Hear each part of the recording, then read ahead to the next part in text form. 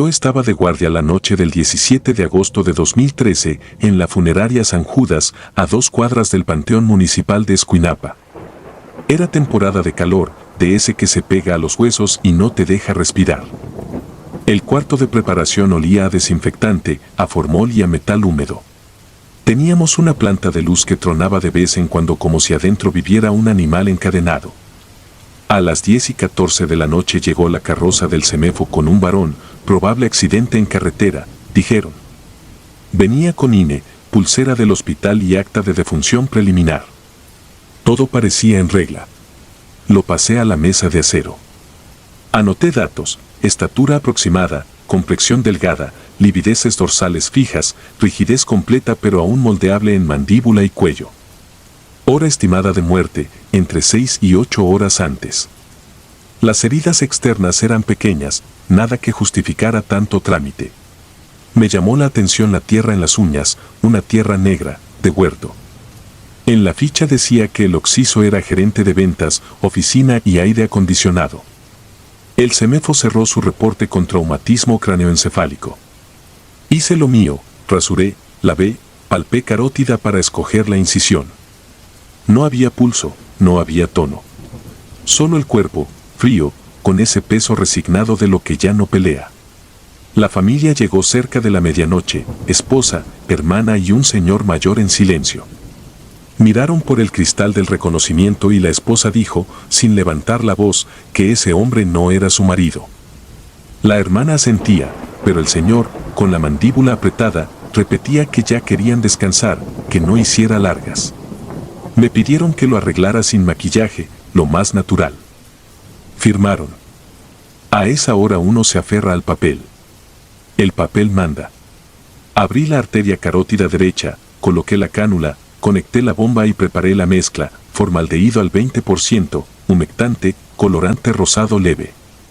Al iniciar la inyección, el pecho subió unos milímetros. No era raro, el fluido empuja aire rezagado y hace esos simulacros. Seguí con el drenaje por la yugular. La planta de luz tronó. El cuarto vibró. Y entonces lo escuché, una voz opaca, como cuando hablas con la boca llena de algodón. 3 palabras. No eran una queja ni un gemido. Eran claras, dichas desde adentro, pegadas al metal de la mesa. No me acuestes. Se me entumecieron los dedos. Cerré la válvula, esperé, volví a abrir. Otra vez el leve ascenso del tórax, el golpe húmedo del drenaje. No me moví. A veces los gases salen por la glotis y hacen sonidos. Uno se acostumbra a los ruidos de los muertos, chasquidos, suspiros falsos, sollozos huecos del intestino cuando entra a la cavidad. Pero eso no fue un gas. Me quedé así, con la mano en la llave, hasta que el sexto sentido simple, el de oficio, me obligó a continuar. Terminé el circuito arterial, bajé a femorales, rellené manos con un poco de tejido sintético, modelé la boca en mordida natural, cerré ojos con capuchones. Cuando clavé la trocar para la cavidad, el estómago expulsó un olor dulzón, distinto, como fruta fermentada. El líquido salió con grumos terrosos, y en uno de ellos venían 2 semillas pequeñas, redondas y verdes. Guayabo. No pude evitar pensar en las uñas llenas de tierra. Al amanecer, mientras lo vestía con la guayabera que trajo la esposa, me detuve ante otro detalle. El hombre del INE sonreía mostrando un diente frontal ligeramente girado. El de la mesa lo tenía recto, prolijo, con una mancha de resina casi imperceptible, como trabajo reciente. Ahí dudé. Llamé a la esposa con pretexto de la corbata. Se asomó, me miró al cuerpo y solo dijo que el suyo tenía una cicatriz en la rodilla derecha, una media luna blanca del tamaño de una moneda de 5 pesos. Revisé. La piel de la rodilla estaba limpia. Ninguna marca. Le ofrecí hablar con el Ministerio Público. El señor mayor se adelantó y firmó la conformidad final. Que se velara, que se enterrara. La esposa bajó la cabeza. La hermana leyó una oración en voz baja. Cumplí el protocolo. Sellé el ataúd. A las 3 de la tarde, en plena velación, la planta se apagó. El salón quedó a media sombra, frescos de pared sudando salitre. Del ataúd comenzó a salir un olor nuevo, denso, casi dulce. Me acerqué. No era fuga de fluidos. Era un perfume que no venía de conservantes ni de flores. Me recordó a los patios donde hierven cáscaras de caña. En ese instante, la esposa se me paró al lado y, sin mirarme, dijo que su marido olía a loción de barbería, no a fruta. Me pidió, con los ojos vidriosos, que lo dejara para ellos un momento. Salí. Regresé cuando la planta volvió a encender. El señor mayor me tomó del brazo. Su mano temblaba. Preguntó si había escuchado algo durante la preparación. Dije que no. Se le quebró la mandíbula y apretó la boca para tragarse lo que fuera a salir. Después soltó, anoche, cuando lo recogieron, el ministerio le llamó a mi sobrina para que fuera a reconocer. Al salir, dijo que el muerto abrió la boca. No me reí, no lo negué. Solo le pregunté si querían que verificáramos huellas. Contestó que no podían pagar más demoras ni más trámites. Otra vez el papel. A las 7:40 de la tarde, mientras el padre recitaba, un golpe sonó desde adentro del ataúd. Uno, seco. No hubo gritos. Nadie corrió. Nadie dijo nada. Yo fui el único que lo escuchó, o el único que decidió admitirlo. La planta de luz volvió a tronar. Los focos titilaron. Me acerqué con una mano en la tapa, como quien toca a la puerta de un cuarto de enfermo. Apoyé el oído. Nada. La madera estaba fría. Me quedé ahí un minuto completo, contando respiraciones ajenas. Me supe observado y levanté la cabeza. La esposa me miraba como si esperara que yo le entregara la respuesta que no quería. El padre siguió, el coro siguió, la vida siguió. Enterramos al hombre a la mañana siguiente. Fosa 44, Manzana H, tercera fila. Crucé el panteón con el sol de frente, los opilotes girando en círculos lentos sobre la zona vieja. El sepulturero apisonó la tierra y yo, por primera vez en años, me quedé observando la cruz hasta que las letras se calentaron y el aire vibró encima. Antes de irme, metí la mano al bolsillo de la filipina y toqué las 2 semillas de guayabo que había guardado sin decirle a nadie. Estaban resecas, con un aroma leve que me recordó la voz. No me acuestes. No supe por qué no las tiré. No supe por qué me las llevé. Las cosas no terminaron ahí. 3 noches después, la planta de luz despertó sola, sin que nadie la encendiera. Yo estaba lavando instrumentos. El cuarto se iluminó con un estallido azul y de la cámara frigorífica salió un sonido de líquido vibrando en vidrio. Abrí. En la charola superior goteaba un vaso de plástico con tapa, de esos donde guardamos pendientes pequeños. Adentro flotaba algo como pellejos. Lo tomé. Eran restos de mucosa y pequeños coágulos que había recogido al drenar la cavidad de aquel hombre por una manía mía de observar variaciones. Entre los coágulos había una espina diminuta, no de pescado, sino de planta. Guayabo de patio. Y en la tapa, escrita con marcador, estaba mi letra, caso 0817, no cicatriz. Ruta H44. El sábado siguiente, la esposa regresó sola. Traía un folder. Me pidió que leyera una hoja, el juez había cerrado la carpeta, accidente confirmado. Me dijo que ella entendía lo del papel. Luego sacó una foto impresa, su marido en una carne asada, 6 meses antes. Shorts. Rodilla derecha al sol. Ahí estaba la cicatriz, brillante, inequívoca. No quiero pleito, dijo. Solo dígame si usted cree que lo que enterramos fue otra persona. No respondí. Le hablé de variaciones post-mortem, de hinchazón, de errores de memoria, de suturas estéticas que tapan marcas pequeñas. Le hablé de todo menos de la voz. Esa noche abrí mi cuaderno negro y escribí el único reporte que no entregué nunca. Anoté los ruidos, el olor a fruta, la ausencia de cicatriz, el diente recto, la tierra en las uñas, las semillas en el drenaje, el golpe único sobre la madera. Dibujé el mapa del panteón y marqué la fosa. Pegué con cinta la foto de las semillas y la tapa del vaso donde escribí no cicatriz. Cerré el cuaderno y lo dejé en el cajón donde guardamos algodón, pinzas y rosarios olvidados. A veces, cuando pasa la medianoche y el cuarto queda suspendido en ese silencio pesado que solo se conoce aquí, me recargo en la mesa y escucho el zumbido pequeño de la planta, el goteo del aire acondicionado, el tic-tic del metal enfriando. Si respiro hondo, vuelve el perfume de guayaba, muy leve, como si alguien hubiera frotado una hoja entre los dedos detrás de mí. Entonces, inevitable, me acuerdo de las 3 palabras. No me acuestes. No las escuché más. Pero cada que la carroza se detiene frente a la puerta y descargamos un cuerpo con papeles en regla, miro primero las manos. Si traen tierra negra en las uñas, hago una pausa. Siento el peso de las semillas en el bolsillo del mandil, secas, raspándome la pierna como recordatorio. Y cuando coloco la cánula en la carótida y abro el flujo, espero un segundo extra, con la llave a medio giro, por si alguien quiere decirme, aunque el papel mande, que no es él. Porque una vez, en Escuinapa, un hombre que olía a fruta habló después de muerto y nadie quiso escucharlo. Y yo, que lo escuché, firmé donde me dijeron. Desde entonces, cada cuerpo que preparo se acuesta con la posibilidad de estar pidiendo lo contrario. Y yo, con las manos frías, aprendo a dormir sin conseguirlo.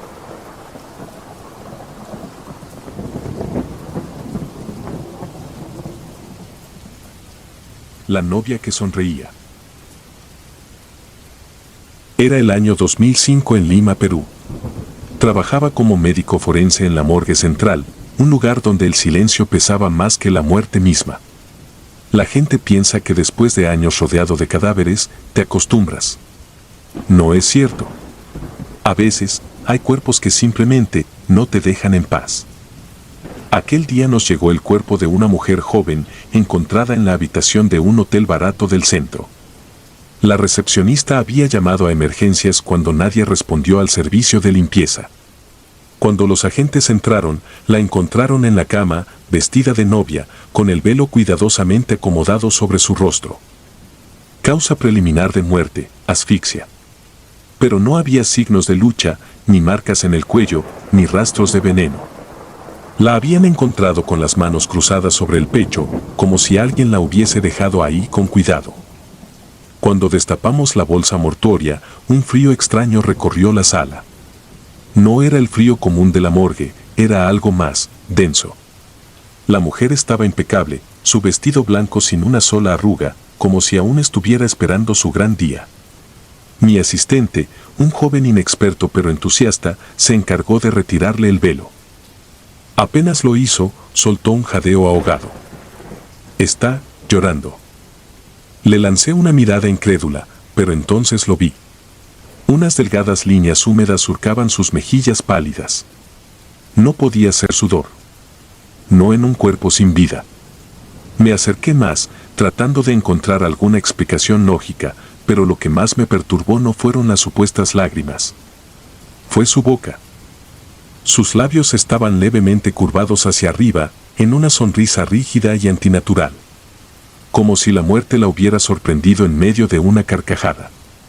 Intenté abrirle la boca con cuidado y sentí algo crujir bajo mis dedos.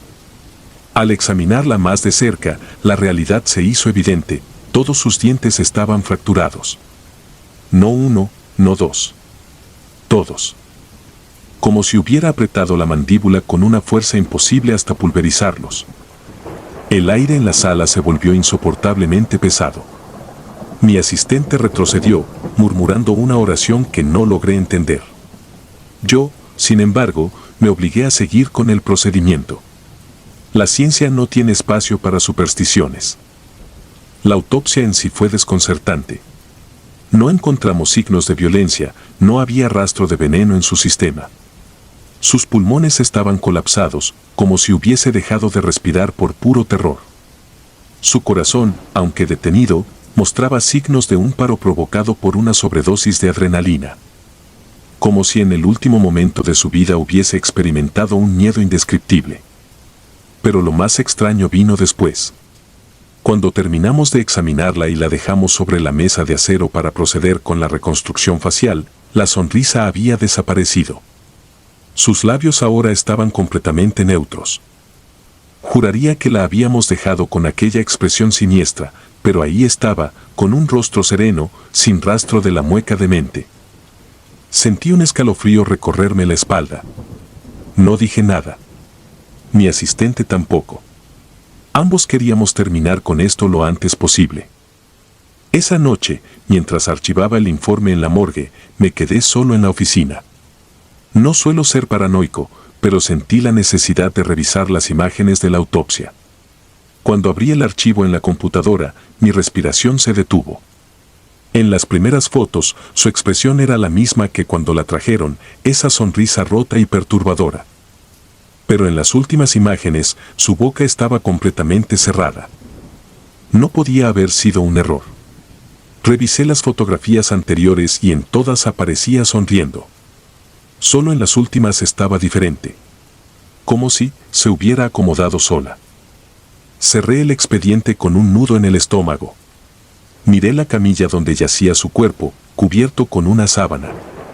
El aire de la morgue estaba denso, pesado, con un olor que no pertenecía ahí. Algo rancio, dulce, como flores marchitas. Me levanté con la excusa de tomar un poco de café y despejar la mente. Cuando regresé, sentí un cambio en la atmósfera. Fue sutil, pero suficiente para erizarme la piel. La sábana. La sábana no estaba como la había dejado. Antes cubría completamente el cuerpo, pero ahora la tela se había deslizado apenas unos centímetros, dejando al descubierto su boca. Y en la penumbra de la sala, juraría que la vi, sonriendo de nuevo. Me quedé helado. No podía ser. Me acerqué con cautela, sintiendo cada latido como un tambor en mi pecho. Con una lentitud aterradora, levanté la sábana por completo. Sus labios estaban partidos. Como si alguien hubiera intentado forzar una sonrisa en su rostro muerto. Me alejé de inmediato, mi respiración descontrolada. En ese momento, una sensación me recorrió la espina dorsal. No estaba solo. Lo sentía. Una presencia, algo que no pertenecía al mundo de los vivos. El frío se hizo insoportable. Algo rozó mi espalda. Un susurro apenas perceptible se deslizó en el aire, como el roce de un vestido sobre el suelo. Corrí. No me importó nada más. No archivé los papeles, no cerré la morgue. Solo salí de ahí, dejando todo atrás. Al día siguiente, me enteré de algo aún más inquietante. La mujer, la novia sin boda, había estado desaparecida desde hacía 2 semanas. Su prometido nunca apareció. Nadie supo cómo llegó al hotel, quién la había vestido o por qué estaba ahí. Y lo peor.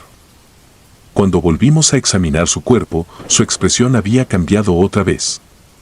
Ahora, su boca estaba completamente abierta, como si estuviera gritando. Esa noche no dormí. Cada vez que cerraba los ojos, veía su rostro. No solo la imagen de la morgue, sino algo más, algo peor. La veía en el hotel, sentada en la cama con su vestido blanco, mirando a la nada con aquella sonrisa rota. Sus manos temblaban sobre su regazo, los nudillos pálidos, mientras sus labios se curvaban más y más.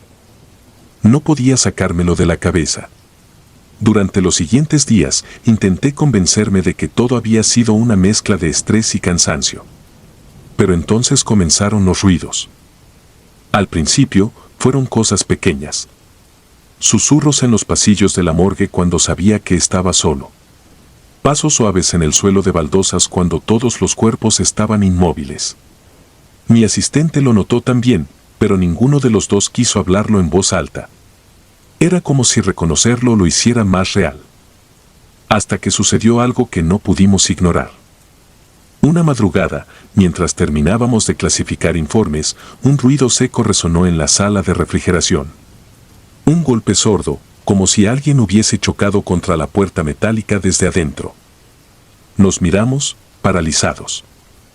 Seguramente es un fallo del sistema de refrigeración, intenté decir, pero mi voz sonó hueca, poco convincente. Otro golpe. Más fuerte. La luz parpadeó por un segundo. El aire en la morgue se tornó helado, más allá de lo normal. Caminé hacia la puerta con pasos pesados. Sabía lo que encontraría, pero aún así, tenía que verlo. Giré la manija. Dentro, todas las camillas seguían en su lugar, los cuerpos cubiertos con sábanas blancas. Excepto uno. Ella. La sábana se había deslizado hasta la mitad de su torso. Sus manos, que habíamos cruzado sobre su pecho, estaban ahora a los costados del cuerpo. Pero lo peor era su cara. Su mandíbula estaba desencajada, los dientes rotos aún visibles. Y lo que me heló la sangre fue notar que su boca ya no tenía rastros de piel endurecida por la muerte. No. Sus labios estaban húmedos. Como si hubiera intentado decir algo. Retrocedí. Mi asistente soltó un jadeo y se cubrió la boca con la mano. El aroma volvió. Ese perfume rancio, dulzón. Flores marchitas. Algo se movió. No un cuerpo. No una sombra. Algo en el aire, apenas perceptible. Corrimos. No nos detuvimos hasta llegar a la salida de la morgue. Fuera, el aire nocturno se sentía irreal, como si el mundo entero se hubiera deformado. No regresamos hasta la mañana siguiente. Cuando el supervisor revisó la morgue, todo estaba en orden. La sábana cubría su cuerpo completamente. Las manos estaban en su lugar. Nada indicaba que algo hubiese pasado. Pero lo sabíamos. Solicité que el cuerpo fuera enterrado de inmediato. No quería que pasara ni un día más en la morgue. La familia aceptó sin problemas. Nadie reclamó el cadáver. No había parientes cercanos. La ceremonia fue pequeña y rápida. Después de que el ataúd fue descendido, me quedé unos minutos más. No podía irme sin saber algo. Me acerqué a la lápida recién colocada. Pasé la mano sobre la piedra fría. ¿Quién eras?, susurré. El viento sopló, suave pero cortante. No hubo respuesta. Pero al dar la vuelta para irme, escuché un crujido. Como dientes apretándose. Como una sonrisa formándose en la oscuridad.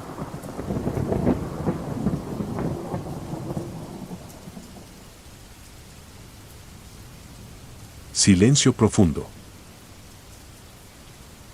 Tengo 42 años y llevo 10 en la medicina forense.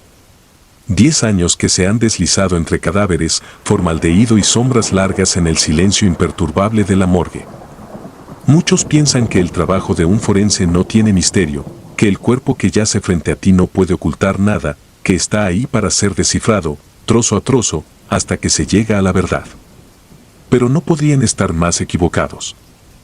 Hay una cualidad intangible, una presencia, en cada cadáver, especialmente en aquellos que murieron en circunstancias violentas.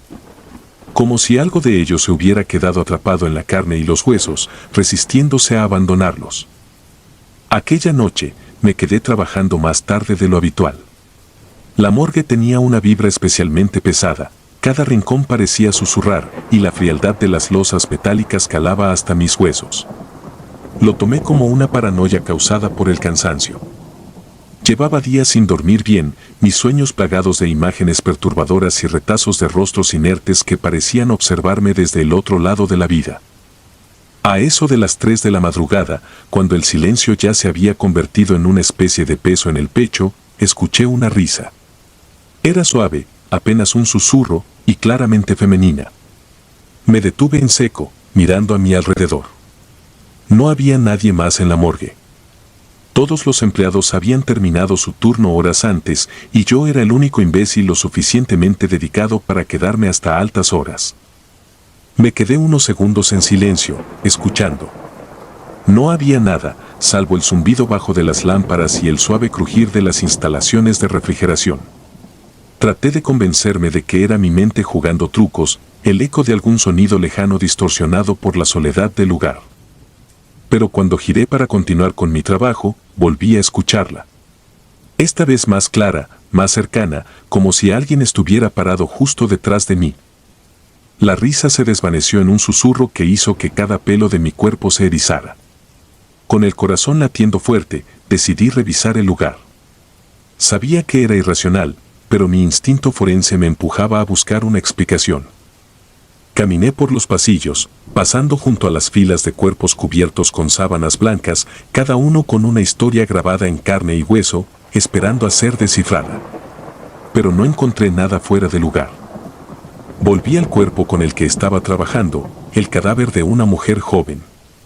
Su rostro estaba severamente golpeado, las marcas de las uñas en su cuello aún visibles. Sus ojos estaban entreabiertos, un gesto de horror congelado en su rostro. Había sido asesinada hacía unos días y aún no habíamos logrado identificarla.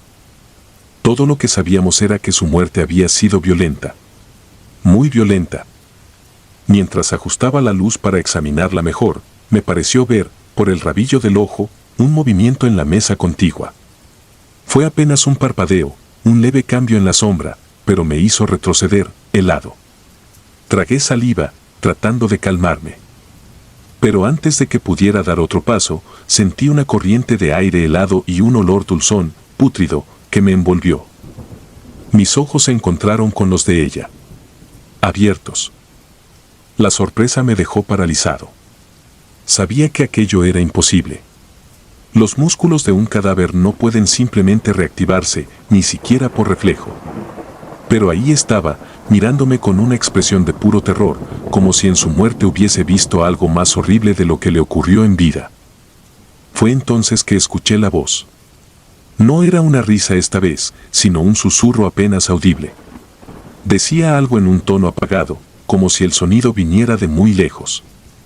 Me acerqué, mi mente luchando entre el instinto de correr y la morbosa necesidad de saber qué estaba diciendo. Inclinándome hacia ella, logré distinguir algunas palabras: él está aquí.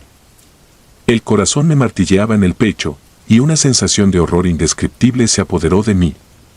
Empecé a retroceder lentamente, sin apartar la vista de ella. Quería salir de ahí, abandonar esa morgue, ese trabajo, aquella noche. Pero algo me detenía, una especie de magnetismo malsano que me hacía sentir como si estuviera atrapado.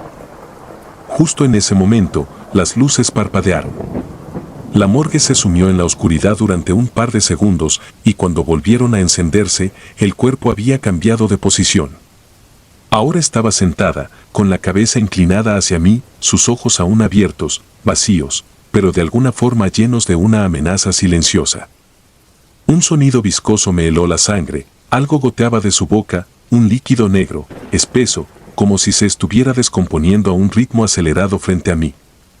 Retrocedí unos pasos, tambaleándome. El zumbido de las luces parecía crecer, llenando la sala con un sonido ensordecedor, mezclado con algo más, un murmullo insistente y constante que parecía llenar cada rincón de la morgue. No podía entender lo que decían, pero sonaba a una letanía incesante de desesperación, de súplicas. Eran voces, muchas voces, todas convergiendo en un clamor que parecía provenir de las mismas paredes. En ese momento, recordé lo que había oído de algunos compañeros. Historias sobre forenses que, después de años de trabajar en la morgue, terminaban viendo cosas. Cuerpos que se movían, sombras en los rincones. Siempre pensé que eran exageraciones, relatos morbosos para impresionar a los nuevos. Pero ahora sabía que había algo real en aquellas historias. Mis ojos no podían dejar de mirar el cuerpo, petrificado en esa postura imposible. Los detalles comenzaron a deformarse en mi visión, las sombras alrededor de ella se volvían más densas, oscuras, hasta que sentí como si estuviera frente a un abismo. Algo dentro de mí gritaba que debía escapar, pero mis piernas no respondían. Un frío glacial empezó a rodearme y sentí una presión en el pecho, como si algo estuviera sujetándome, impidiéndome respirar. Entonces, en un parpadeo, ella estaba de pie, a unos centímetros de mí, con su boca casi rozando mi oído. No la había visto moverse, no había escuchado sus pasos, pero ahí estaba, tan cerca que podía oler la podredumbre emanando de su piel. Su boca se abrió y, en ese instante, volví a escuchar la risa. Esa risa suave y femenina, ahora mucho más fuerte, más real. Era la suya. La misma risa que había escuchado al principio, resonando en mi cabeza como un eco infernal. Intenté retroceder, pero sus dedos, fríos y rígidos, me sujetaron el brazo. El contacto fue como un golpe de electricidad, una corriente helada que subió por mi columna y me paralizó por completo. La miré a los ojos, y en ellos vi algo más allá de la muerte. Algo antiguo, oscuro, algo que me miraba desde algún lugar que no puedo ni describir. Y entonces habló, en un susurro apenas audible. Él viene por ti, a todos nos alcanza al final. Un último grito quedó atrapado en mi garganta mientras el mundo se desvanecía a mi alrededor, el sonido de su risa mezclándose con las voces, el murmullo creciente que envolvía la morgue, hasta que todo quedó en silencio. Cuando recobré la conciencia, estaba en el suelo, solo, la morgue tan quieta y fría como siempre. No había rastro de la mujer, ni de su cuerpo, ni de las manchas negras que vi. Intenté convencerme de que había sido un mal sueño, una alucinación causada por el cansancio. Pero desde esa noche, nunca he vuelto a ser el mismo. Dejé la medicina forense poco después, incapaz de soportar la idea de volver a esa morgue. Pero cada noche, antes de dormir, siento esa misma corriente de aire helado que rozó mi piel aquella vez, y a veces, en el silencio profundo, creo escuchar una risa suave y femenina, como un eco que me persigue, que me advierte que tarde o temprano Él vendrá por mí también.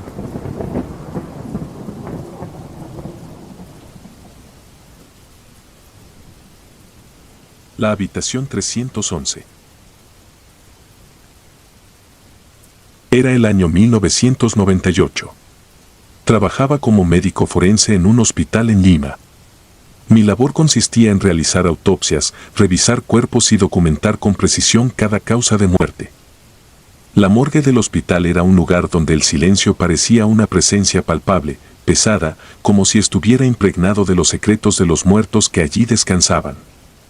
Había rumores entre el personal sobre una habitación en particular, la 311. Era un espacio que muchos evitaban, incluso los más escépticos. Se decía que cosas extrañas sucedían allí, y aunque yo no daba crédito a esas historias, la forma en que los demás evitaban siquiera mencionar el número me hacía sentir un escalofrío irracional cada vez que pasaba frente a su puerta. Una noche, después de una jornada especialmente larga, me encontraba limpiando mis instrumentos en la morgue. Las luces fluorescentes parpadeaban de vez en cuando, lo cual era común, pero esa noche el parpadeo parecía más insistente, como si las lámparas mismas intentaran advertirme de algo. Fue entonces cuando la vi. Una figura pasó frente a la puerta de la morgue. Era una mujer vestida con un camisón blanco, su cabello desordenado cayendo en mechones oscuros que apenas dejaban ver su rostro. Pensé que era una paciente perdida, algo que había sucedido antes. Salí al pasillo para ayudarla, pero al llegar, no había nadie. La sensación fue extraña. El pasillo era largo y vacío, con las puertas cerradas y una atmósfera densa que me hizo sentir vigilado. Caminé hacia la dirección en la que creía haberla visto ir, pero no encontré nada. Decidí dejarlo pasar, atribuyéndolo al cansancio. Sin embargo, al regresar a la morgue, noté que algo estaba fuera de lugar, una de las camillas había sido movida. No lo entendí en el momento, pero un frío inexplicable se apoderó de mi cuerpo. Verifiqué las etiquetas de los cuerpos. Todos estaban en su lugar. Tal vez había empujado la camilla sin darme cuenta. O eso quería creer. Esa noche no pude dormir. Había algo en la imagen de aquella mujer que no podía borrar de mi mente. Su silueta era demasiado precisa, demasiado real para ser una alucinación.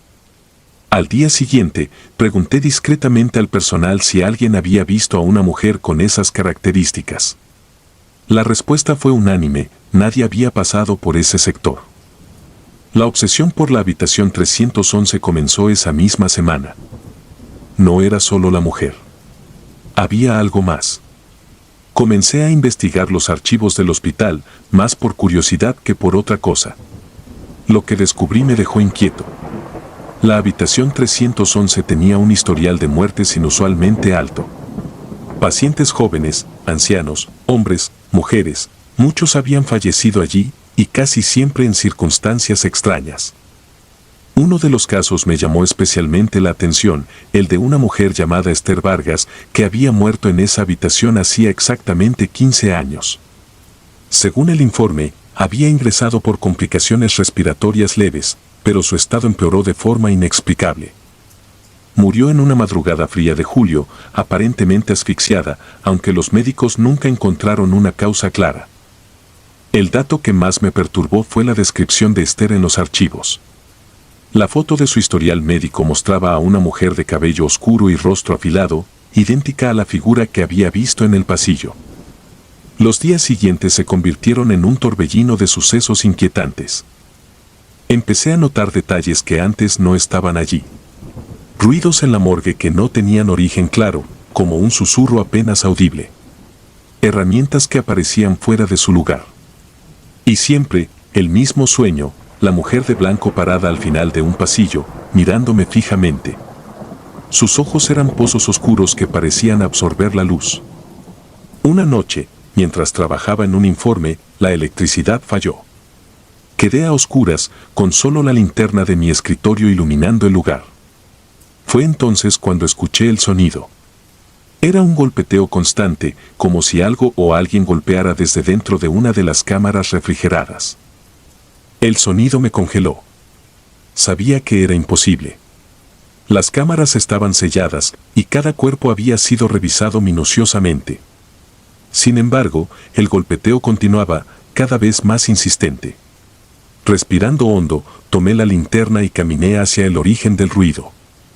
Se trataba de la cámara número 7, una que contenía el cuerpo de una mujer fallecida hacía 2 días. Abrí la puerta con manos temblorosas. La cámara estaba vacía. Un escalofrío recorrió mi espalda y un sonido detrás de mí me hizo girar bruscamente.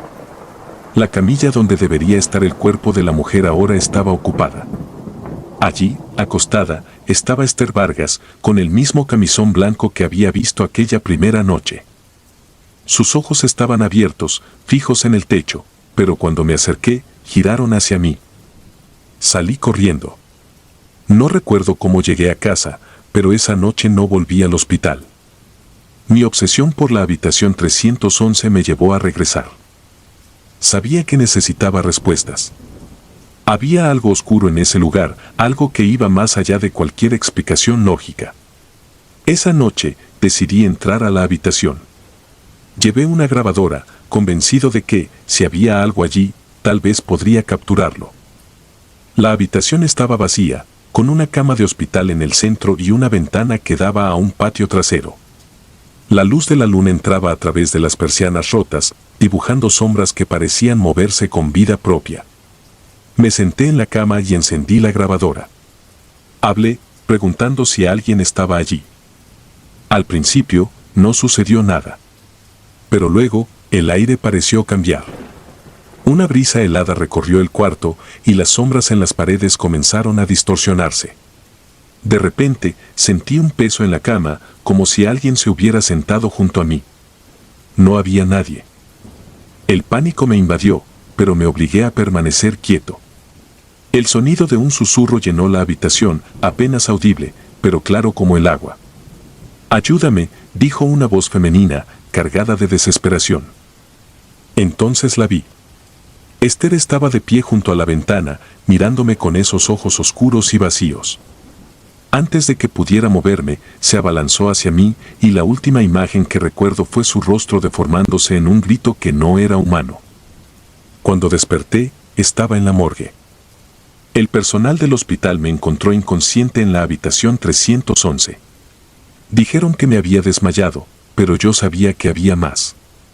Revisé la grabadora, esperando encontrar pruebas de lo que había sucedido, pero lo único que capté fue mi propia respiración y un susurro final antes de que todo terminara: «No debiste venir». Desde entonces, no soy el mismo. Dejé mi trabajo en el hospital y nunca volví a Lima. Pero incluso ahora, a kilómetros de distancia, todavía siento su presencia. Por las noches, a veces la veo en la esquina de mi habitación, observándome, esperando. La habitación 311 nunca me dejó escapar.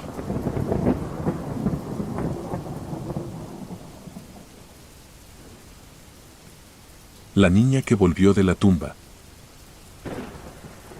La primera vez que vi su cadáver, no podía creer lo que tenía enfrente. No porque fuera algo grotesco, en este trabajo uno se acostumbra a la muerte, sino porque su piel seguía tersa, sus labios apenas amoratados, y su cabello oscuro se extendía como una sombra sobre la camilla metálica. Su historial decía que había muerto hacía 2 décadas.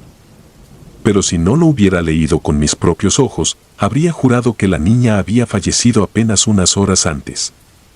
Soy médico forense en La Paz, Bolivia, y he visto cosas que la mayoría de las personas preferirían no imaginar. Me han llegado cuerpos en estados avanzados de descomposición, otros que han sufrido muertes violentas, pero nunca había tenido algo como esto, un cadáver que desafía el tiempo. Revisé el expediente con las manos temblorosas. La niña había sido enterrada hace 20 años, exhumada 3 veces y siempre volvía a aparecer en la misma tumba. Quienes la encontraban aseguraban que no había signos de que la hubieran desenterrado. Siempre estaba ahí, como si alguien la depositara en su lugar original, como si nunca hubiera abandonado la tierra. La sala de autopsias tenía el aire pesado. La iluminación blanquecina de los tubos fluorescentes apenas lograba mitigar la sensación de opresión. Miré a mi asistente, un joven llamado Eduardo, quien también se notaba incómodo. No dijo nada, pero sus ojos lo revelaban todo. Nadie quería ser parte de esto. Nos lavamos las manos, nos pusimos los guantes y comenzamos el procedimiento. Al hacer la primera incisión, el bisturí deslizándose por la piel sin resistencia, un escalofrío me recorrió la espalda. La carne estaba extrañamente fresca. No había rastros de descomposición interna, sus órganos parecían intactos, su sangre, espesa y oscura, corría con una fluidez antinatural. Sentí que Eduardo contenía la respiración mientras yo examinaba cada parte de su interior. Nada tenía sentido. Un cadáver no se conserva así después de tanto tiempo sin un tratamiento especial. Y esta niña no tenía signos de haber sido embalsamada. Era como si la muerte no hubiera terminado de reclamarla. Fue entonces cuando sucedió. Su cuerpo tembló. No fue un reflejo muscular post-mortem, ni una contracción espontánea. Fue un temblor real, un movimiento que recorrió su torso, como si algo dentro de ella intentara aferrarse a la vida. Eduardo dio un paso atrás, sus guantes ensangrentados temblaban. Yo me congelé. Miré su rostro y sus labios estaban entreabiertos. Un sonido suave, apenas un susurro, salió de su boca. No pude entender lo que decía, si es que de verdad decía algo. Pero fue suficiente para hacerme sentir el frío de la muerte recorriendo mi piel. Retrocedí, con la respiración entrecortada. Esto no era posible. No podía ser. Me forcé a racionalizarlo. Quizás se trataba de un escape de aire atrapado en los pulmones, una reacción post-mortem. Sí, tenía que ser eso. Pero en lo profundo de mi mente, algo me decía que no. Decidí que termináramos la autopsia lo más rápido posible. Mientras lo hacíamos, un sentimiento de opresión se fue acumulando en la habitación. Como si alguien nos observase. Como si no estuviéramos solos. Los bisturís chocaban contra la bandeja de metal, el sonido se amplificaba en el silencio sepulcral. Cuando terminamos, documenté cada hallazgo. No había nada médicamente explicable en este caso. Ninguna patología especial, ninguna condición extraordinaria. Solo un cuerpo que se negaba a aceptar su propia muerte. La dejamos en la cámara de refrigeración y salimos de la morgue con una sensación que ninguno de los dos podía sacudirse. Esa noche, me costó dormir. Cada vez que cerraba los ojos, veía su rostro. No era un rostro terrorífico, pero algo en él me inquietaba. Había una quietud antinatural en su expresión, una calma que no pertenecía a este mundo. Desperté varias veces con la sensación de que alguien estaba en mi habitación. A la mañana siguiente, volví a la morgue con la intención de revisar el expediente una vez más. Pero al llegar, sentí un vacío en el estómago. La puerta de la cámara de refrigeración estaba abierta. No la habíamos dejado así. Miré a Eduardo, quien negó con la cabeza, pálido como un muerto. Nos acercamos con cautela. La bandeja estaba vacía. El cuerpo de la niña había desaparecido. Buscamos en toda la morgue. Nadie había ingresado sin autorización. No había registros de traslado. Simplemente se había ido. El horror se clavó en mis entrañas cuando, horas después, recibimos una llamada. La habían encontrado otra vez. En el mismo cementerio. En la misma tumba. Con su vestido blanco impecable, con la piel intacta. Como si nunca hubiera sido tocada por el bisturí. Esa fue la última vez que me involucré en su caso. No quise saber más. No pregunté si la volverían a exhumar. No quise escuchar explicaciones. Porque, en el fondo, entendí que no había ninguna. Algunas cosas no pueden ser explicadas con ciencia. Algunas cosas simplemente son. Desde entonces, evito pasar por ese cementerio.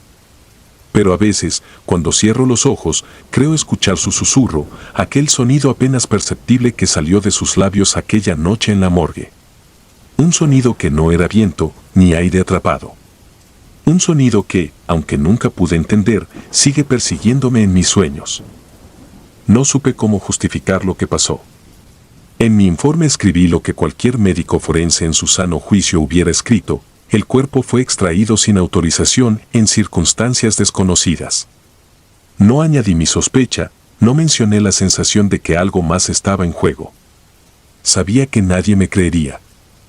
Ni siquiera Eduardo se atrevió a discutirlo. Pero en el fondo, ambos entendíamos que lo que vivimos no era un simple robo de cadáver. Los días pasaron y traté de convencerme de que debía olvidar todo. Pero entonces los sueños comenzaron. Primero, imágenes borrosas. Estaba en la morgue, la niña yacía sobre la mesa de autopsias, su rostro inmóvil. Pero en mis sueños, sus ojos estaban abiertos. Vacíos. Oscuros. Me despertaba en medio de la noche, con la sensación de que alguien estaba parado al pie de mi cama, observándome. Sentía su presencia en cada rincón de mi casa. No estaba solo. Una semana después, llegó la noticia que terminó de quebrar mi cordura. La niña había sido exhumada otra vez. Un grupo de trabajadores del cementerio, encargados de hacer una excavación cerca de la tumba, la encontraron ahí. Enterrada nuevamente. Intacta. Intenté ignorarlo. Intenté decirme que no era mi problema. Pero una parte de mí sabía que no podía escapar. No de algo como esto. Así que fui al cementerio. Tenía que verla una vez más. Llegué al atardecer, cuando el sol agonizaba tras las montañas y las sombras se alargaban como garras sobre las lápidas. Los trabajadores ya se habían ido, pero el sepulturero me dejó pasar. Me indicó la tumba y se marchó apresurado, sin querer quedarse más tiempo del necesario. Él también sentía que algo no estaba bien. La fosa estaba abierta. Me asomé y allí estaba. Igual que antes. El vestido blanco sin una sola mancha, la piel fría pero sin rastro de putrefacción. Como si nunca hubiera muerto. Un escalofrío me recorrió la espalda. Algo estaba mal. Algo estaba terriblemente mal. Quise alejarme, pero entonces lo escuché. El susurro. El mismo que había oído en la morgue. Un sonido suave, como un aliento atrapado entre los labios de la niña. Pero esta vez, pude entenderlo. No me dejes. Mi sangre se congeló. Tropecé hacia atrás, sintiendo un frío antinatural envolverme. No podía ser real. Pero lo era. Ella me estaba hablando. Corrí. Salí del cementerio sin mirar atrás. No recuerdo cómo llegué a mi casa, pero cuando cerré la puerta tras de mí, supe que no podía escapar. Porque ella ya estaba conmigo. Los días siguientes fueron un tormento. No podía dormir. Cada noche escuchaba su voz en mi habitación, susurrando mi nombre. La veía en los reflejos de los espejos, en las sombras de los pasillos. Ella no me dejaría ir. Desesperado, investigué más sobre su historia. Descubrí que, hace 20 años, había muerto en circunstancias extrañas. Nadie sabía exactamente qué pasó. Su familia la enterró, pero cada cierto tiempo su cuerpo reaparecía, como si se negara a quedarse bajo tierra. Como si algo, o alguien, no quisiera que descansara. Y entonces lo entendí. ella no estaba muerta. O al menos, no de la forma en que nosotros entendemos la muerte. Estaba atrapada. Comprendí lo que debía hacer. Esa misma noche, regresé al cementerio. Llevé gasolina, cerillos y la determinación de terminar con aquello. Si la muerte no la reclamaba, yo lo haría por ella. Cuando abrí la tumba por última vez, supe que me estaba esperando. Sus ojos estaban abiertos. Encendí el fuego sin dudarlo. La madera del ataúd crujió, las llamas danzaron como espectros alrededor de su cuerpo. Y entonces, ella sonrió. Fue una sonrisa triste. Una sonrisa de alivio. El fuego consumió todo. Las llamas se elevaron, devorándolo todo hasta que no quedó nada. Y con eso, el susurro se desvaneció. Desde aquella noche, nunca volví a verla. Nunca volví a escuchar su voz. Pero a veces, cuando paso cerca del cementerio, siento un extraño alivio en el aire. Como si algo, o alguien, finalmente hubiera encontrado la paz.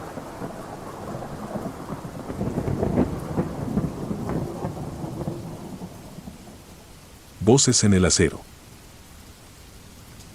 No me llamo Fátima ni trabajo en un hospital de la capital.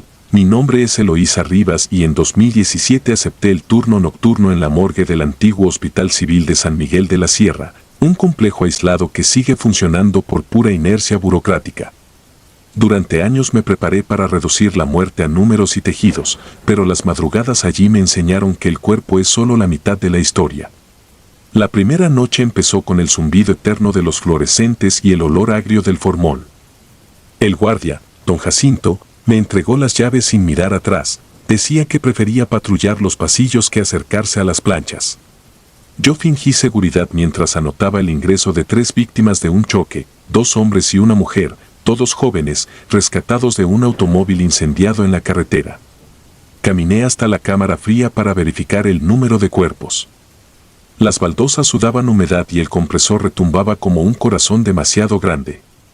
Conté 1, 2, 3 bolsas, y al girar para salir, escuché un roce blando, como tela arrastrándose.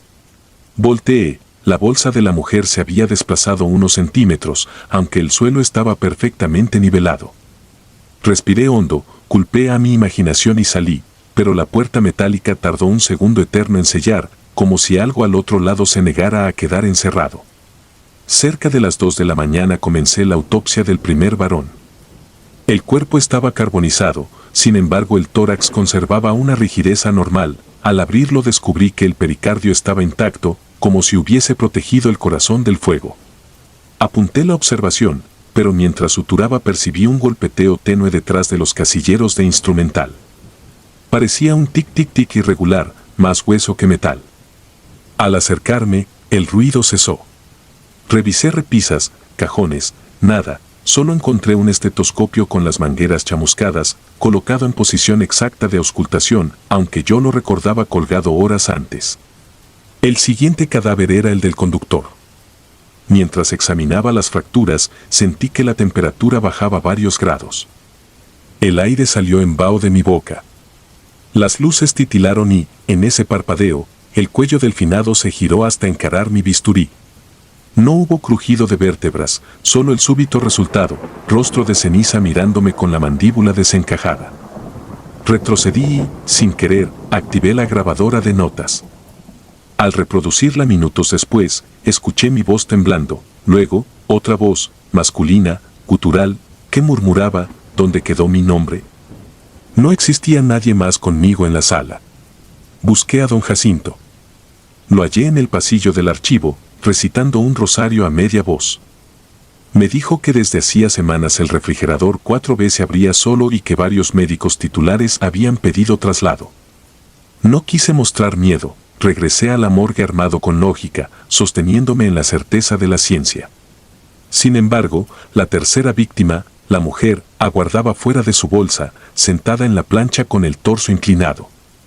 La causa de muerte sugerida era quemaduras extensas, pero su piel mostraba ahora un patrón de grietas que formaban letras, MAMA.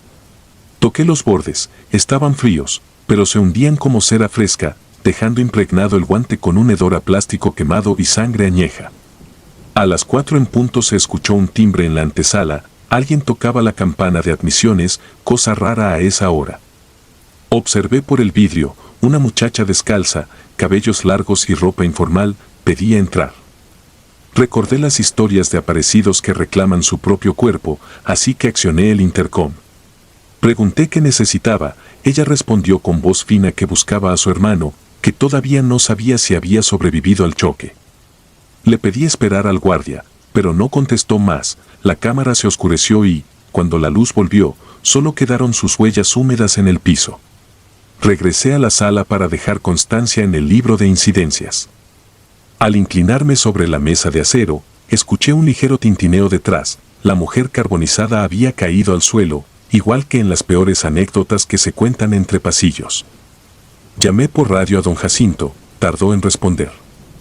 Cuando llegó, traía la cara desencajada. Señaló el brazo de la fallecida, un tatuaje con la palabra hermano idéntico al que describía minutos antes la joven de la entrada. Al alzarla, sus huesos todavía crepitaban, como si la combustión continuara bajo la piel mutilada. Jacinto murmuró que esto pasaba solo con los que no se asumen muertos. Yo asentí, no porque creyera en su explicación, sino porque no tenía otra que ofrecer. Alrededor de las 5 tomé un breve descanso en la oficina contigua. Revisaba expedientes cuando la impresora láser cobró vida sin comando alguno.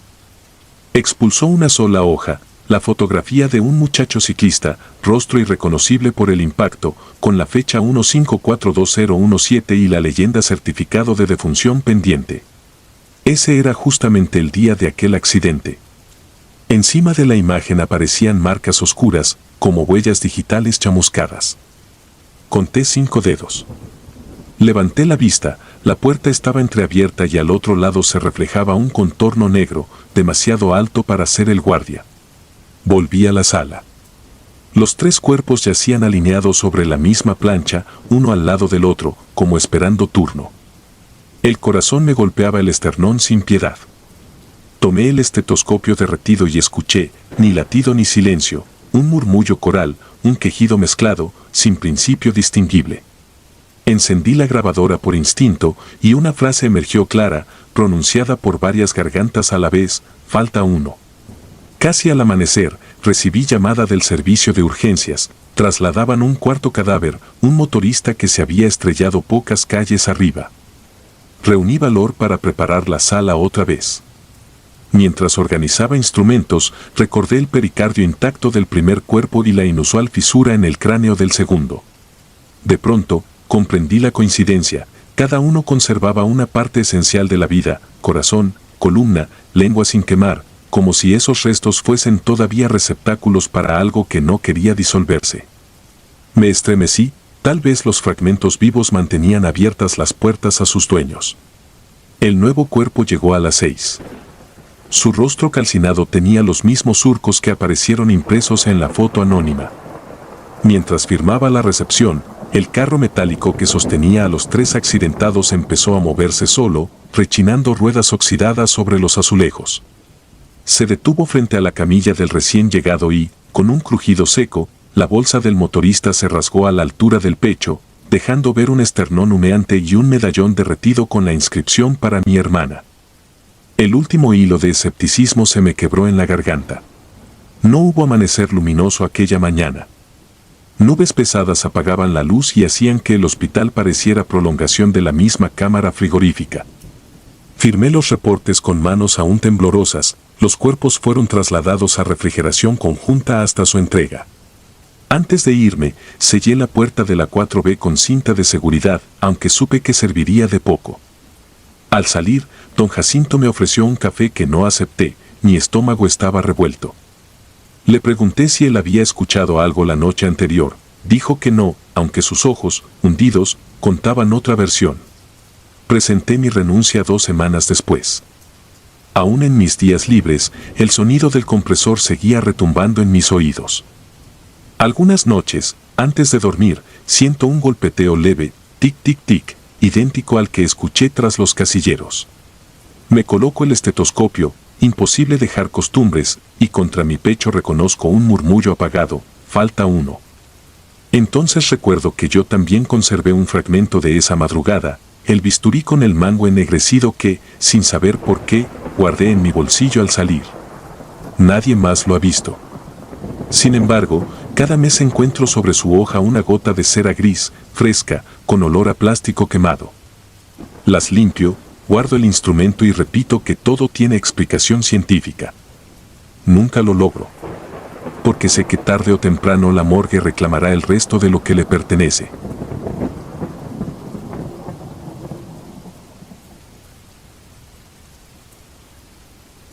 La maldición del forense.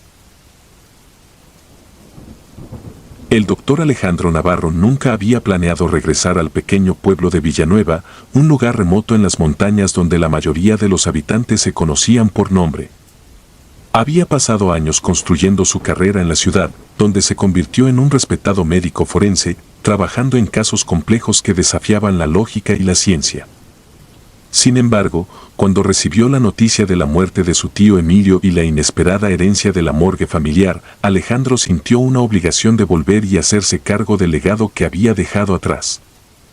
La morgue Navarro había pertenecido a su familia durante generaciones, un negocio que su tío Emilio había dirigido con dedicación hasta el final de sus días. Alejandro no tenía un recuerdo particularmente cálido de ese lugar. De niño, solía visitar a su tío durante los veranos, y la morgue, con su olor a formaldehído y su atmósfera sombría, siempre le había causado un profundo malestar. Pero ahora, como adulto, se sentía obligado a continuar el trabajo familiar, aunque fuera solo temporalmente. El edificio en sí era una estructura antigua, de ladrillos oscuros, con ventanas pequeñas que apenas dejaban entrar la luz del sol. Al llegar, Alejandro no pudo evitar notar el aire de desolación que envolvía el lugar. Parecía que la morgue había estado abandonada durante años, aunque sabía que su tío había trabajado allí hasta poco antes de su muerte. Decidió que se quedaría unos meses, reorganizaría el lugar y luego lo vendería. Después de todo, su vida estaba en la ciudad, no en este rincón olvidado del mundo. Los primeros días transcurrieron con relativa calma. Alejandro se dedicó a revisar los registros y a familiarizarse con el funcionamiento de la morgue.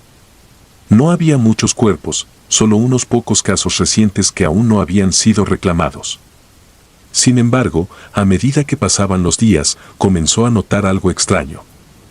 En los archivos de la morgue, encontró varios documentos antiguos que detallaban la muerte de algunos de sus antecesores, todos forenses que habían trabajado en ese mismo lugar.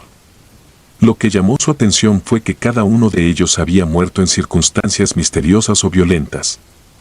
Su bisabuelo, don Ricardo, había fallecido en un aparente suicidio en la década de 1930, aunque los detalles del caso siempre habían sido ambiguos.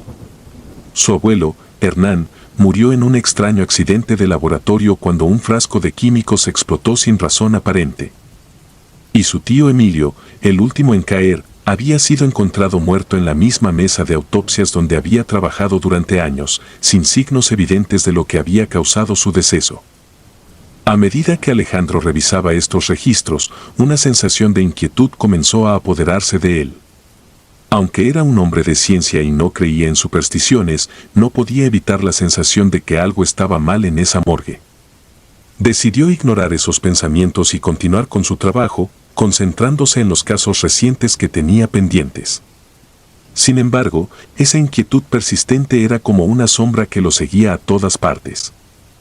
Un día, mientras examinaba el cuerpo de un joven que había fallecido en un accidente automovilístico, Alejandro notó algo inusual. En la piel del cadáver, en la parte baja de la espalda, había una marca pequeña, casi imperceptible, como una cicatriz antigua.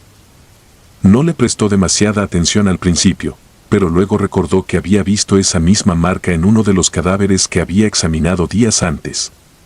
Un escalofrío recorrió su espalda. Revisó los archivos de otros cuerpos que había trabajado y, para su sorpresa, encontró la misma marca en varios de ellos. La marca, una especie de cicatriz circular, parecía demasiado específica como para ser una coincidencia. Decidió investigar más a fondo, pero cuanto más indagaba, más extrañas se volvían las cosas. Descubrió que la marca no era un simple rasguño o cicatriz de cirugía. Era un símbolo, antiguo y casi olvidado, que encontró en un libro viejo en la biblioteca de su tío. El símbolo estaba relacionado con antiguos ritos de muerte y sacrificios, una práctica que, según el libro, estaba destinada a proteger a los muertos de un destino peor en el más allá. Pero la idea de que estos cadáveres estuvieran marcados con un símbolo antiguo le parecía absurda. Esa noche, Alejandro no pudo dormir. Las sombras en su habitación parecían más oscuras, más profundas, y cada pequeño ruido en la casa lo hacía sobresaltarse. Decidió levantarse y caminar por la morgue, esperando que el aire frío y el silencio lo calmaran. Sin embargo, al llegar al sótano, donde se encontraba la cámara frigorífica, sintió una presencia detrás de él. Se giró bruscamente, pero no había nadie. El lugar estaba tan vacío como siempre. Pero cuando abrió la puerta de la cámara, encontró algo que lo hizo retroceder de terror.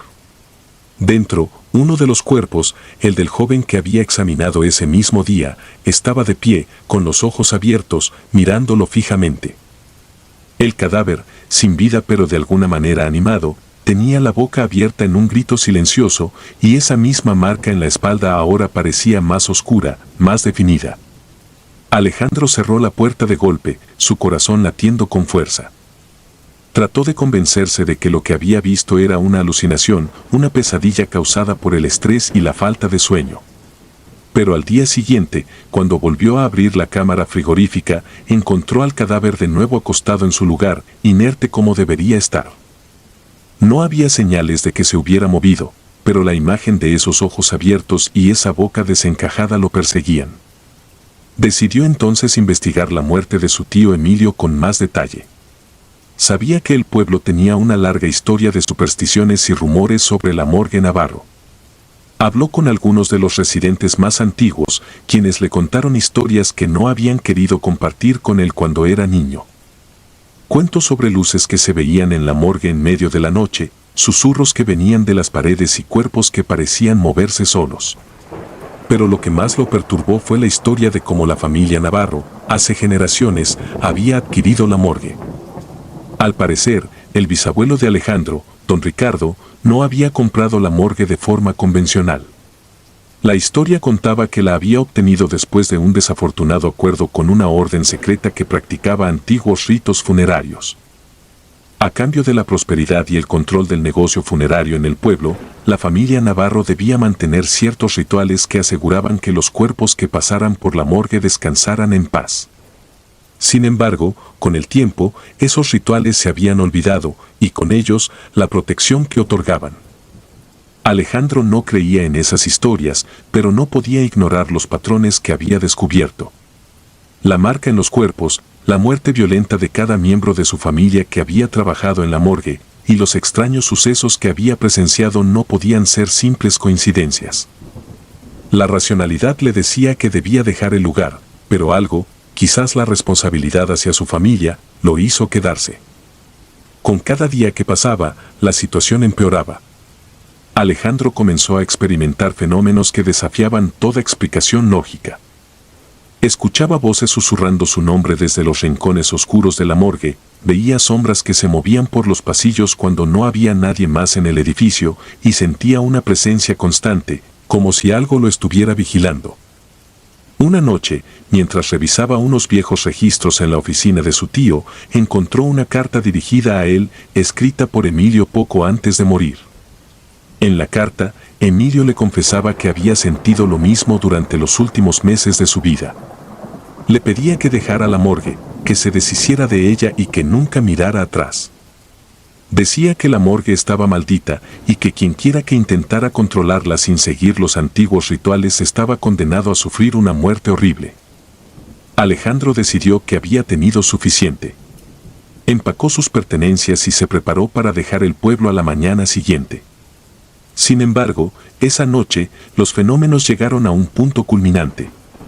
El aire en la morgue se volvió denso y frío, y las luces parpadearon antes de apagarse por completo. Se encontró en la oscuridad, con solo el débil resplandor de su teléfono móvil para iluminar el camino. Mientras intentaba llegar a la salida, escuchó el sonido de pasos detrás de él, acercándose cada vez más rápido. Alejandro comenzó a correr, pero parecía que la morgue se había transformado en un laberinto interminable. No importaba cuántas puertas cruzara, siempre terminaba de nuevo en la cámara frigorífica, frente a las puertas cerradas de los compartimientos donde se guardaban los cuerpos. Finalmente, se dio cuenta de que no podía escapar. Exhausto y aterrorizado, se detuvo en seco, con la respiración agitada y el corazón a punto de explotar. Fue entonces cuando sintió una mano fría en su hombro. Se giró bruscamente y vio una figura oscura, apenas visible en la penumbra, que lo observaba con ojos brillantes y sin vida. Era su tío Emilio, pero no como lo recordaba. Su rostro estaba deformado por una expresión de dolor y sufrimiento indescriptible. Antes de que pudiera reaccionar, Alejandro sintió un dolor agudo en el pecho, como si un puño invisible se apretara alrededor de su corazón. Cayó al suelo, incapaz de respirar, mientras la figura de Emilio se desvanecía en la oscuridad. En su último pensamiento, Alejandro comprendió que no había escapatoria. La morgue lo había atrapado, igual que a todos los que habían venido antes que él. Su muerte sería violenta y sin explicación, y su nombre sería solo uno más en la larga lista de aquellos que habían heredado la maldición de la familia Navarro. A la mañana siguiente, el cuerpo de Alejandro fue encontrado en la misma mesa de autopsias donde había examinado tantos cadáveres. No había signos de trauma, pero su rostro estaba congelado en una expresión de terror absoluto. El médico local que realizó la autopsia, un hombre joven que no conocía la historia de la morgue, no pudo determinar la causa de la muerte. Pero, sin saberlo, había comenzado un ciclo que parecía no tener fin. El pueblo volvió a susurros y rumores sobre la morgue Navarro, y algunos decían que habían visto una sombra en las ventanas del edificio la noche anterior, una figura que parecía estar esperando, siempre observando, siempre vigilante. Pero la mayoría de la gente prefería no hablar de ello. Después de todo, nadie quería ser el próximo en heredar la morgue y su oscura maldición.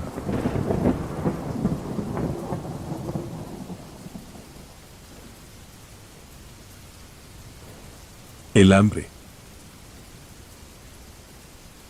Soy médico forense desde hace más de 30 años. He visto horrores que la mayoría de las personas no podrían imaginar. Cuerpos mutilados, restos carbonizados, huesos que cuentan historias de una violencia inimaginable. Sin embargo, nada me preparó para aquella noche de 1987, en Caracas. Nada me preparó para ese cuerpo, ni para lo que sucedió después. Era un indigente sin identificación, un hombre de unos 50 años, aunque su piel curtida y su delgadez extrema lo hacían parecer mucho mayor. Murió de hambre, su cuerpo era solo piel pegada a los huesos. Pero lo más perturbador lo descubrí al abrir su estómago. Allí, entre los restos ácidos de una digestión incompleta, había algo que no debería estar ahí, carne humana.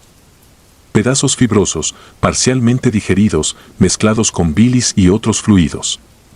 Llevé una muestra al laboratorio sin decir nada. No quería sacar conclusiones apresuradas, pero en el fondo ya sabía lo que había visto.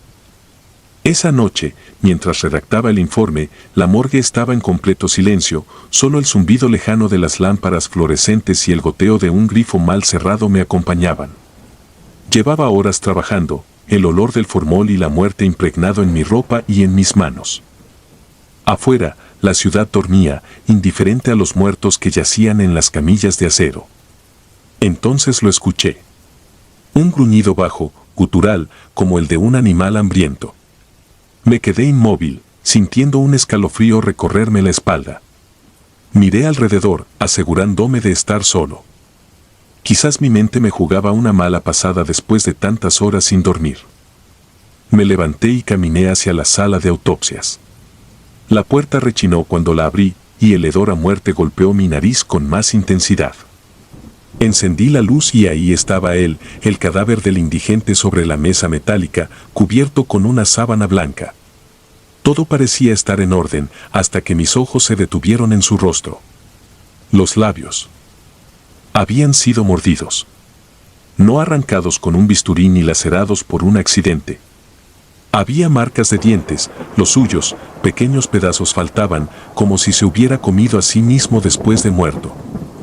Sentí una presión en el pecho, un terror primitivo que no podía justificar con lógica. Me acerqué lentamente, mi respiración entrecortada, mis manos frías y sudorosas. Toqué su mandíbula, revisé sus dientes.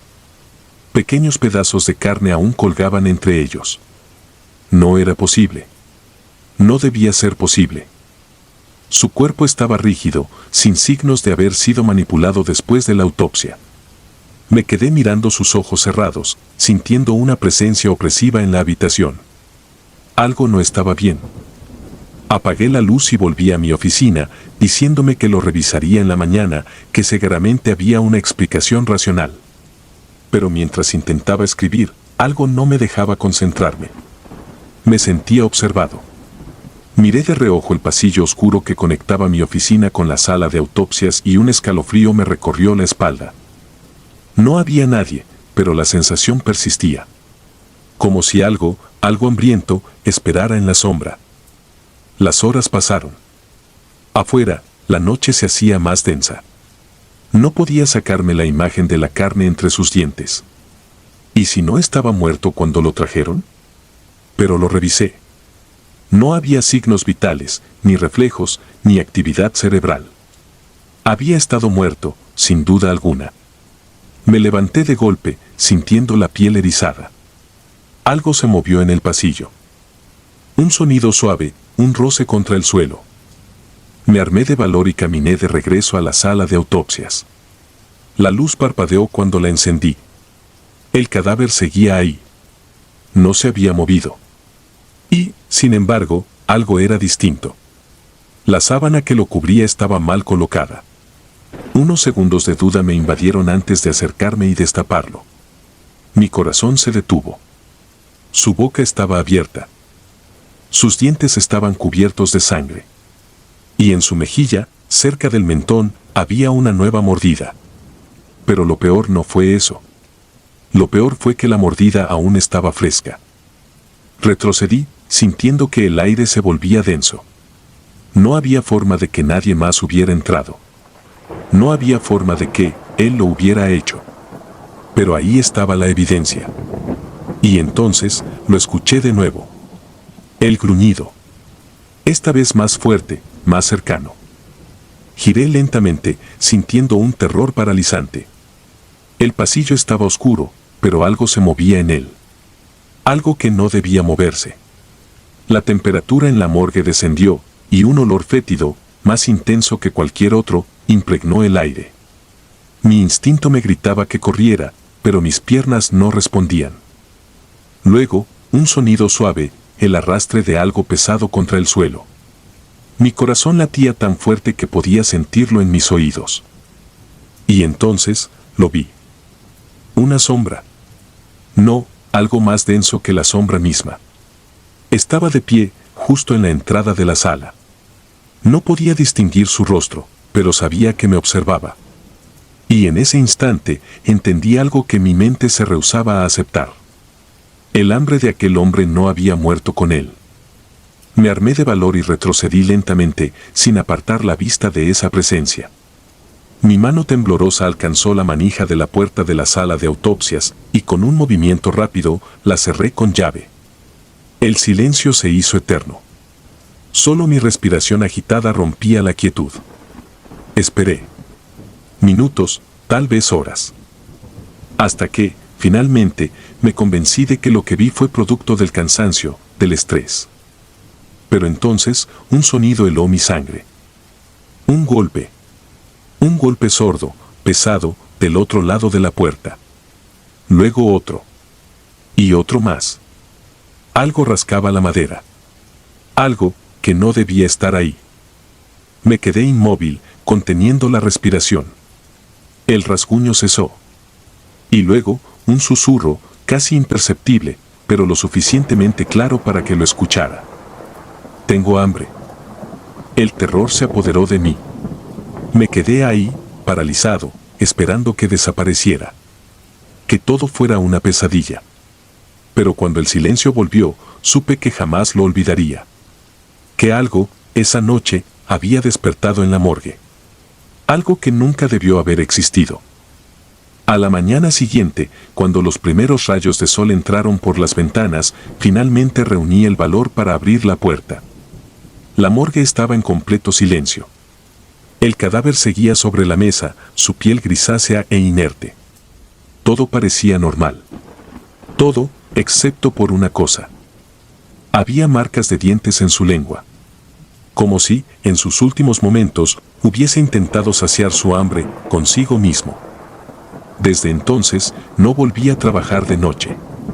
Y cada vez que recuerdo aquella noche, me pregunto si el hambre de los muertos alguna vez se apaga.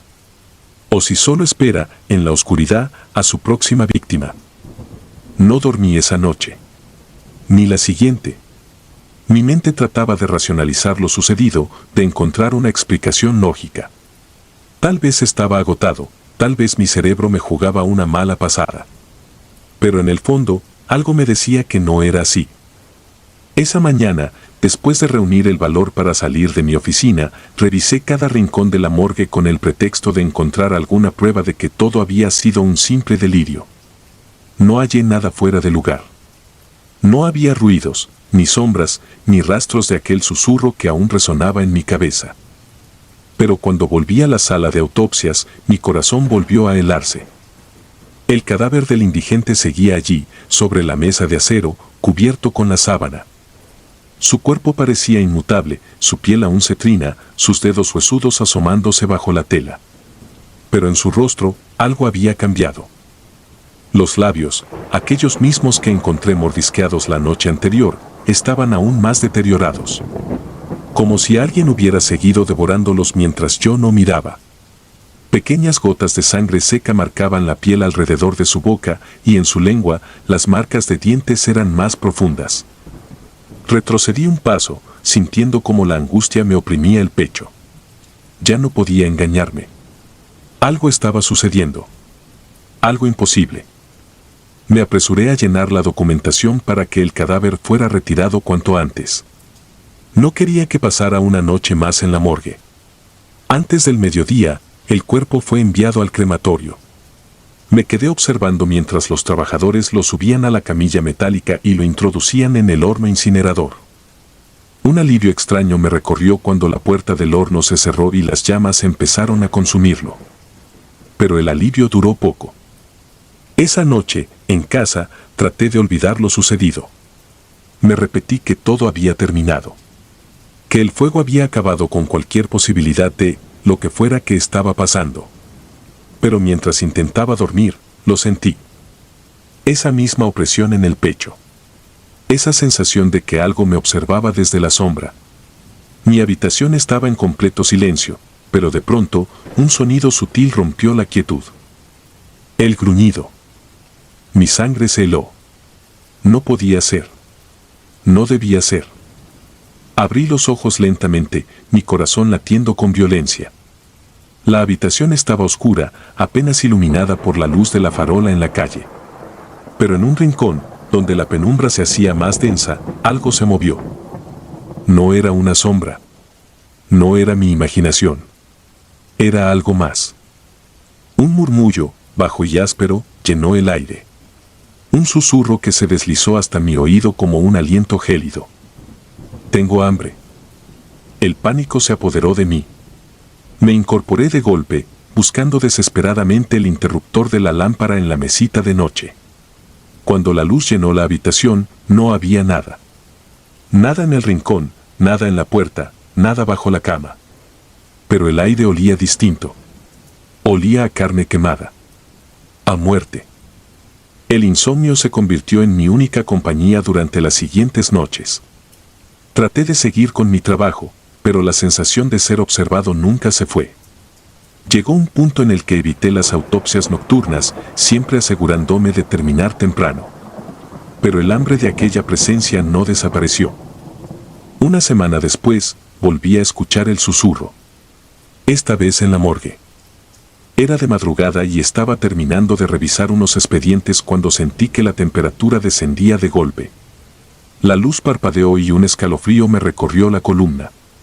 Levanté la vista y, por el rabillo del ojo, vi una figura en el umbral de la puerta. Era borrosa, como una silueta más densa que la oscuridad. pero lo peor fue cuando escuché su voz. «Tengo hambre». El sonido no vino de la puerta. Vino de detrás de mí. Mi cuerpo se tensó. No me atreví a girar. Podía sentirlo, tan cerca que su aliento helado acariciaba mi nuca. Sin pensarlo, me lancé hacia la salida, tropezando con la silla y golpeándome el costado contra la mesa. Salí corriendo al pasillo, sin atreverme a mirar atrás. Corrí hasta que estuve fuera de la morgue, bajo la luz fría de las farolas. Solo entonces me detuve, con el pecho agitado y un sudor frío empapando mi espalda. No volví a entrar esa noche. Al día siguiente, pedí mi traslado. No di explicaciones. Solo dije que no podía seguir ahí. Mi solicitud fue aceptada sin muchas preguntas. Tal vez porque notaron mi deterioro. O tal vez porque no fui el único en sentirlo. Escuché rumores, después de mi partida. Técnicos que afirmaban oír pasos en los pasillos cuando no había nadie. Guardias de seguridad que renunciaron tras ver sombras moverse en la morgue. Algunos trabajadores dijeron que, a veces, al revisar los cadáveres en la mañana, encontraban sus bocas entreabiertas con marcas de mordidas en sus propias lenguas. Nunca conté mi historia. Nunca volví a la morgue. Pero a veces, en la noche, cuando todo está en silencio, siento esa misma opresión en el pecho. Siento el aire enfriarse a mi alrededor. Y, de vez en cuando, escucho un murmullo débil, arrastrándose desde la oscuridad. Tengo hambre.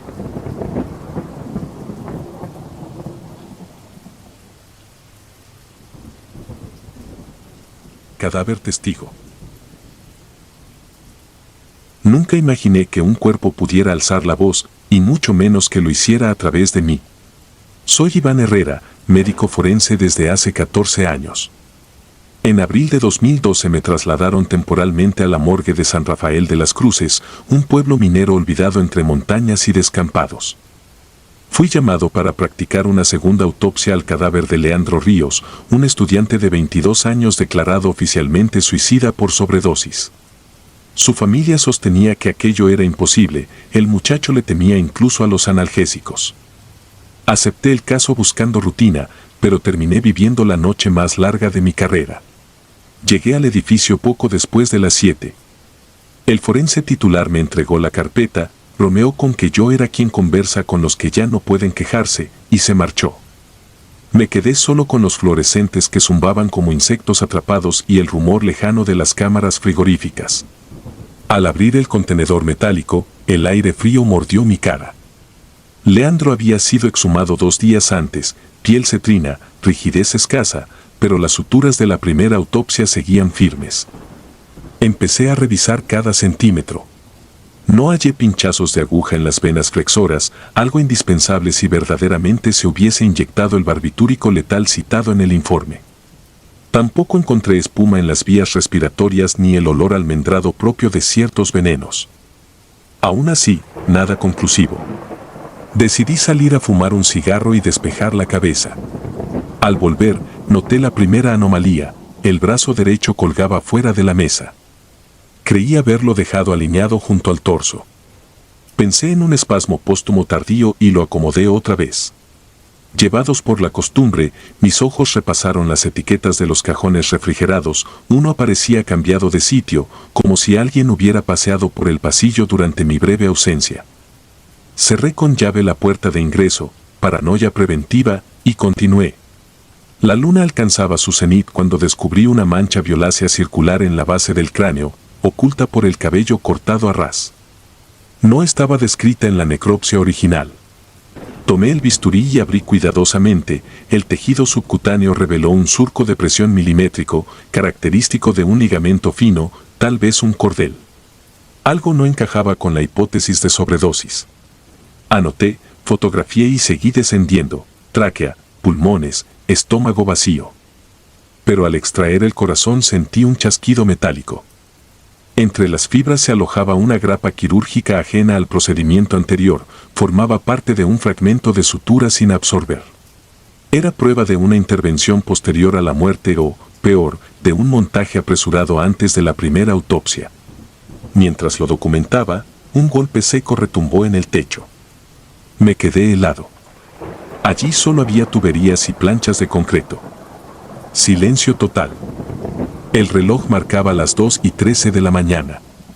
Me convencí de que se trataba de dilataciones por la humedad y seguí trabajando, aunque la tensión me erizaba los brazos. Alrededor de las 3 terminé el examen interno y decidí cerrar el expediente provisional. Me quité los guantes y caminé hasta el fregadero para lavarme. Al alzar la vista, vi mi reflejo, y detrás de mí, otro rostro, el de Leandro, pálido, sin suturas, sus ojos abiertos como si acabara de despertar. Giré impulsivamente, bisturí en mano, la sala estaba vacía. El espejo temblaba levemente, quizá por mi violento giro. Sentí el pulso martillándome en la garganta. Respiré hondo, culpé al agotamiento. Coloqué el cadáver dentro del contenedor y desactivé la luz principal, dejando solo la lámpara del escritorio. Al cerrar la tapa, mis dedos sintieron algo viscoso y tibio en la muñeca del difunto. Contra toda lógica, un hilillo carmesí se deslizaba desde la uña del dedo índice. Exudación post-mortem tardía, me repetí, aunque sabía que era improbable después de 2 semanas bajo tierra. Regresé a la pensión cedida por la fiscalía poco antes del amanecer. Puse doble vuelta a la cerradura y me tumbé sin desvestirme. Soñé con pasillos interminables, cada puerta conducía otra vez a la sala de autopsias y al mismo cuerpo con la mano extendida. Desperté empapado en sudor y con la certeza de que no podía dejar inconcluso el hallazgo. Volví a la morgue al caer la tarde. El encargado nocturno me dejó pasar y se fue a su cubículo con los audífonos puestos. Yo cargaba un microscopio portátil y reactivos para toxinas. Al retirar la sábana, noté que la cabeza estaba girada hacia la puerta, actitud imposible tras cerrar el contenedor la noche anterior. Mi estómago se anudó, pero continué. Tomé muestras de médula ósea y comenzó la verdadera pesadilla. Cada vez que bajaba la cabeza para trabajar, algo crujía en la mesa. El tórax se arqueó con un chirrido de costillas resecas. Alcé la vista, quietud. Coloqué un peso sobre el esternón, mera estrategia psicológica, y seguí cortando. El bisturí resbaló y abrió una fisura en el pectoral. De la herida brotó un vapor frío con un hedor a tierra removida.